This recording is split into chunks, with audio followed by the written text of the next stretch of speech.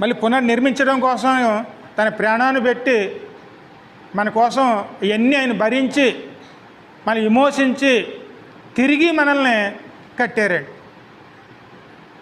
అందుకే పరిశుద్ధాత్ముడు మనలో ఇప్పుడు కూడా పనిచేస్తున్నాడు. ఆయన ఎలా పనిచేస్తాడు? మొదటి అధ్యాయంలో ఉంటుంది చూడండి, అల్లల్లాడుతూ ఉండెను. మొదటి అధ్యాయం 2వ వచనంలో ఉన్నాడు.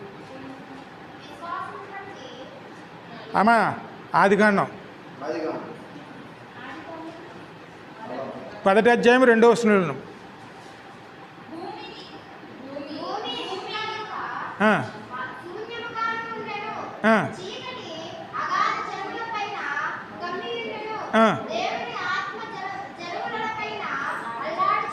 చాలా అంటే పరిశుద్ధాత్మ ఏం చేస్తుంది?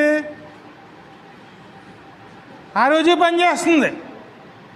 అంటే పాడైపోయిందాన్ని మళ్ళీ పునర్నిర్మిస్తుందండి. మరి ఈరోజు